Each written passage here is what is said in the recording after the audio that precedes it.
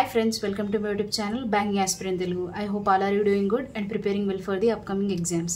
This video is about IBPS RRB PO prelims scorecard. నా overall attempts ఏంటి, నాకు ఎన్ని మార్క్స్ వచ్చాయి అనేది వీడియోలో చూద్దాం. So let's get started. So నా ఎగ్జామ్ 4th August షిఫ్ట్ 3కి ఉండే. సో నా ఓవరాల్ అటెంప్ట్స్ వచ్చేసి 56, రీజనింగ్లో 35, క్వాంట్లో 21.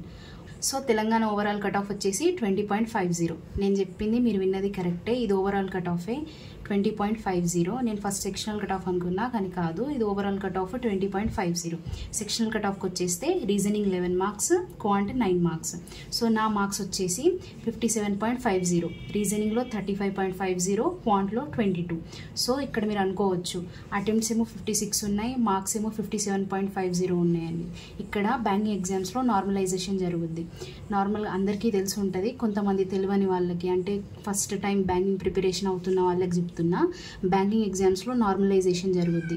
అంటే ఎలా అంటే ఇప్పుడు ప్రిలిమ్స్ ఎగ్జామ్స్ 2 to 3 days జరుగుతాయి కదా, ఒక్క డేలో కూడా 4 షిఫ్ట్స్ ఉంటాయి. సో అన్ని షిఫ్ట్స్లో పేపర్ ఒకేలాగా వస్తుందంటే రాదు.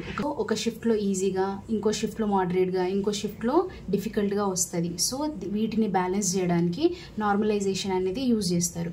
సో నార్మలైజేషన్ ఎలా అంటే ఇప్పుడు హార్డ్ షిఫ్ట్ ఉన్న వాళ్ళకి అందులో మార్క్స్ పెరగడం కానీ, అంటే ఊరికే పెరుగుతాయంటే అలా కాదు, అక్యురసీ ఉన్న వాళ్ళకి పెరుగుతాయి. సో నాకు ఇక్కడ 56 అటెంప్ట్స్ ఉంటే 57.50 మార్క్స్ వచ్చాయి. సో ఓవరాల్గా 1.50 మార్క్స్ పెరిగాయి కదా, కొందరికి 4 to 5 మార్క్స్ కూడా పెరుగుతాయి అక్యురసీ బాగా ఉంటే.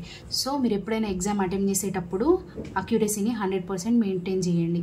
So next very low cut off. ఇక్కడ తెలంగాణ కట్ ఆఫ్కి వచ్చేస్తే 20.50. So very low cut off. So ఇప్పుడు 30 to 40 మధ్యలో అటెంప్ట్ చేసిన వాళ్ళు ఉంటారు కదా, ఎలాగో అటెంప్ట్స్ తక్కువ ఉన్నాయి కాబట్టి మెయిన్స్కి ప్రిపేర్ అవ్వకుండా ఉంటారు. సో ఇప్పుడు వాళ్ళు రిజల్ట్ చెక్ చేసుకుంటే అక్యురసీ బాగా ఉంటే 20.50 కట్ ఆఫ్ కాబట్టి డెఫినెట్గా క్వాలిఫై అవుతారు.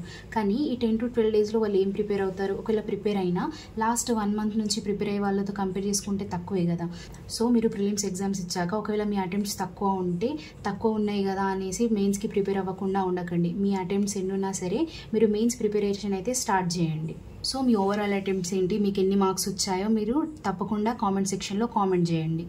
So that's it for the video. ఈ వీడియో మీకు హెల్ప్ఫుల్గా అనిపించినట్లయితే, మీరు నాకు ఏమైనా సజెషన్స్ ఇవ్వాలనుకున్నా, మీకు ఏ టాపిక్ పైన వీడియో కావాలనుకున్నా, do let me know in the comment section and subscribe to my YouTube channel banking aspirant Telugu. I hope you love this video. See you in the next video. Bye bye.